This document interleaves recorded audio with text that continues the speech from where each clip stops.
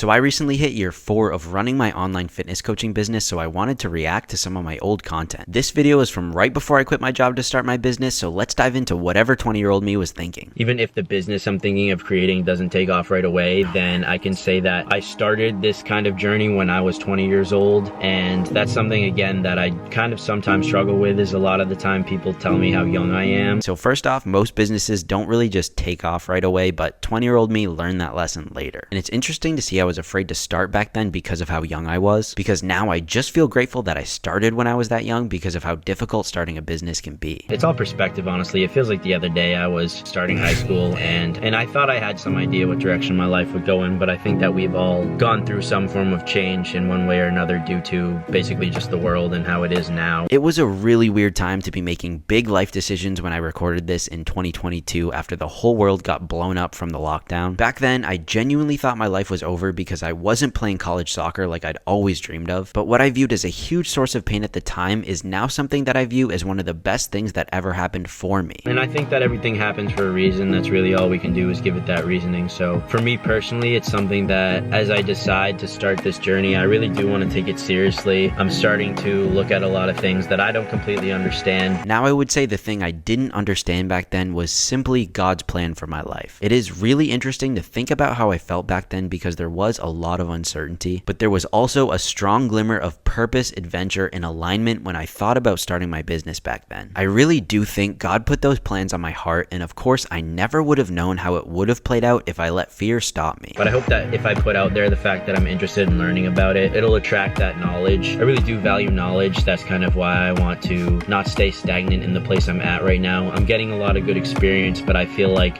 I'm not really learning anything new now. I'm just maintaining what I've built, and I'm so grateful knowledge was a value of mine back then because over the years, I've learned a lot of entrepreneurship is just skill acquisition. And interestingly enough, it is wild to see what happens when you just put your desires out there. After watching this back, my message to anyone would be to follow the dream that's in your heart. We can only imagine how things will actually play out, but God's plan for my life was better than my plan for my life. I just had to be willing to take the first step.